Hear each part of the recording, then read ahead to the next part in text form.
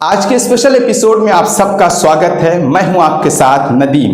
दोस्तों, आप में से जो लोग इस चैनल पर अभी नए हैं या फिर ये मेरा वीडियो पहली मर्तबा देख रहे हैं, वो मेरे इस चैनल को जरूर सब्सक्राइब करें।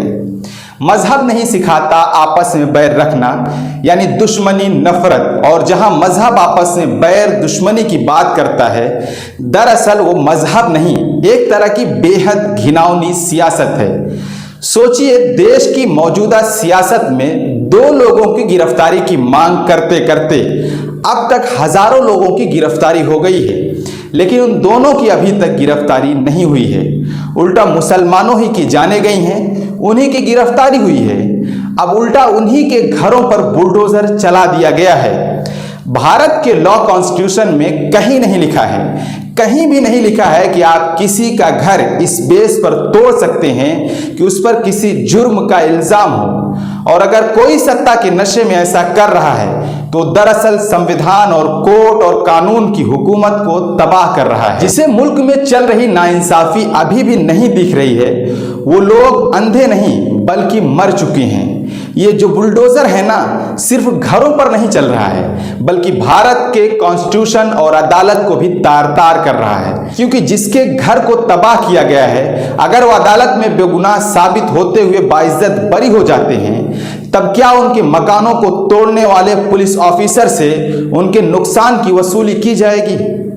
वहीं रांची में सरकारी गोली से 2 बच्चों को मौत के घाट उतार दिया गया है।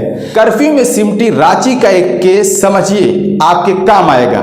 12वीं में पढ़ने वाले अफसार आलम को पुलिस की 6 गोलियां लगी हैं। आपने कभी सुना है कि हिंसा के बीच एक ही शख्स को 6 गोलियां लगी हों?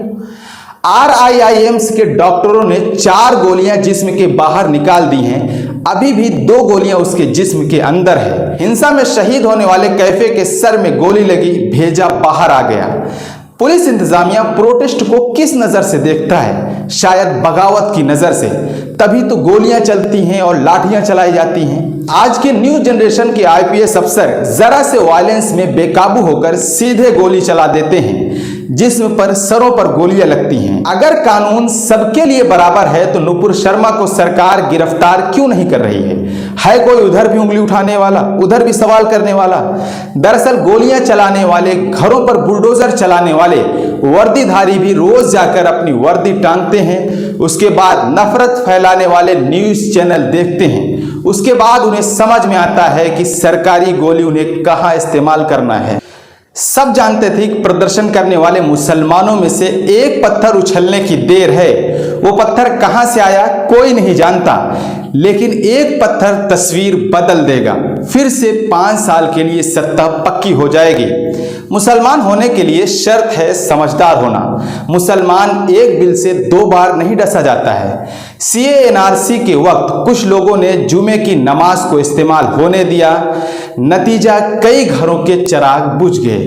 अभी पिछले जुमे को कानपुर में बवाल हुआ, उससे भी कोई सीख नहीं ली गई। दरअसल मुस्लिम कम्युनिटी को अपने उन दोगले लीडरों और मौलवियों के खिलाफ प्रदर्शन करना चाहिए, जो आपसे वोट और चंदा लेने तो आते हैं, लेकिन आपके मसलों पर खामोश रहते हैं। सरकारी प्यादों के खिलाफ आपका कोई प्रोटेस्ट काम आने वाला नहीं है, क्योंकि सरकार आपके खिलाफ पनप रही नफरत पर टिकी हुई है।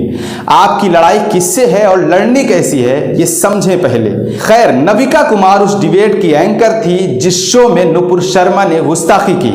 नुपुर शर्मा पर कुछ तो कार्रवाई हुई और उन्होंने माफी भी मांग ली, लेकिन टाइम्स नाउ की एंकर नविका कुमार पर ना तो कोई अब तक कार्रवाई हुई है और ना ही उन्होंने अब तक कोई माफी मांगी है। जहां तक समझा जाता है कि ऐसी डिबेट सीधे लाइव ब्रॉडकास्ट नहीं होती है, कुछ मिनटों का फर्क होता है। उस हिस्से को ब्रॉडकास्ट होने से पहले रोका जा सकता था, लेकिन जानबूझकर नहीं रोका गया। चलिए मान लिया कि ये सब एक विल प्लान के जरिए किया जा रहा है, लेकिन आप भी तो कुछ कर सकते हैं।